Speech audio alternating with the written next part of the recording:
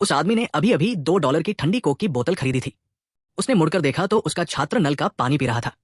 अब दुकान में सोडा भी मिल गया है, पानी मुफ्त में मिलता है। उस आदमी को थोड़ा अपराध बोध हुआ, क्योंकि ये बच्चे गरीब परिवारों से थे। उन्हें खेतों में काम करने के लिए रोज सुबह 5 बजे उठना पड़ता था, फिर स्कूल जाने के लिए कई मील पैदल चलना पड़ता था। इसलिए उस आदमी ने मन बना लिया, वो उन्हें पूरे कैलिफोर्निया का सबसे अच्छा एथलीट बनाना चाहता था। उस आदमी का नाम माइक था। वो उत्तरी अमेरिका का सबसे गुस्सैल फुटबॉल कोच था। एक मैच हारने के बाद उसने गुस्से में कुछ फेंका और एक मुस्कुराते हुए छात्र को घायल कर दिया। हिंसक शिक्षण विधियों के उसके लंबे इतिहास ने माइक की प्रतिष्ठा को धूमिल कर दिया था। कोई भी उसे नौकरी पर रखने को तैयार नहीं था। इसलिए कोई और रास्ता न होने के कारण माइक को मैकफार्लन के गरीब शहर में शारीरिक शिक्षा शिक्षक के पद के लिए आवेदन करने आना पड़ा। माइक की नौकरी के पहले ही दिन वहां के छात्रों ने उसे एक सबक सिखाया। उन्होंने उसके सामने ही कक्षा छोड़ने का सुझाव दिया।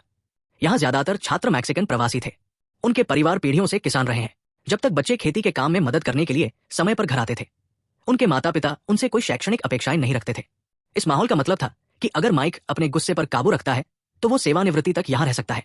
पहले तो माइक भी यही सोचता था, लेकिन एक दिन घर लौटते समय उसने ये दृश्य देखा। उसका छात्र जॉन चिलचिलाती धूप में दौड़ रहा था और उसकी गति वास्तव में 10 मील प्रति घंटे से भी ज्यादा हो सकती थी। उस गति से वो क्रॉस कंट्री चैंपियनशिप में शीर्ष 10 में जगह बना सकता था। हैरान होकर माइक ने जॉन को रोक दिया।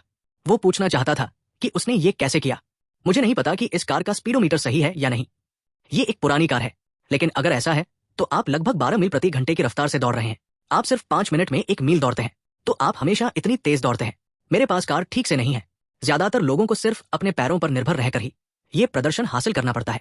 लेकिन इन सहज शब्दों ने माइक के मन में कुछ जगा दिया। शायद इससे उसे अपने करियर के शिखर पर लौटने में मदद मिल सके। माइक ने उत्साह से प्रिंसिपल से मुलाकात की।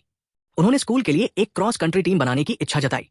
शुरुआत में प्रिंसिपल ने असहमति जताई, लेकिन माइक ने उन्हें बताया कि जीतने वाली टीमों को इनामी राशि मिल सकती है। यह पैसा दूसरे स्कूलों के लिए कोई मायने नहीं रखता था, लेकिन गरीब मैकफार्लन हाई स्कूल के लिए इससे कई नई चीजें खरीदी जा सकती थी। अगले दिन माइक ने मुफ्त में आइस कोल्ड ड्रिंक्स का एक डिब्बा तैयार किया, लेकिन दौड़ में केवल शीर्ष 4 फिनिशर ही यहाँ के बच्चों के लिए उन्हें ला सकते थे। ये निस्संदेह एक बहुत बड़ा प्रलोभन था। बस यूं ही माइक ने आसानी से सर्वश्रेष्ठ 7 लोगों को चुन लिया, लेकिन इन 7 में से एक, जॉर्ज, अपने वजन के कारण थोड़ा पीछे रह गया। क्या आपने डैनी को देखा? ये रहा वो। हाँ, 9111 मैक्सिकन से भी धीमा। उनके जूतों को, जो सालों से नहीं बदले गए थे, देखकर माइक ने मन ही मन उनके असली प्रदर्शन का आकलन करने के लिए एक नोट बना लिया। माइक उन्हें उनकी पहली क्रॉस कंट्री रेस में ले गया। रेस से पहले माइक ने टीम के सदस्यों के लिए खरीदे गए नए जूते और एथलेटिक कपड़े निकाले। इससे सभी का आत्मविश्वास तुरंत बढ़ गया। लेकिन रेस के दौरान एक दुर्घटना हो गई।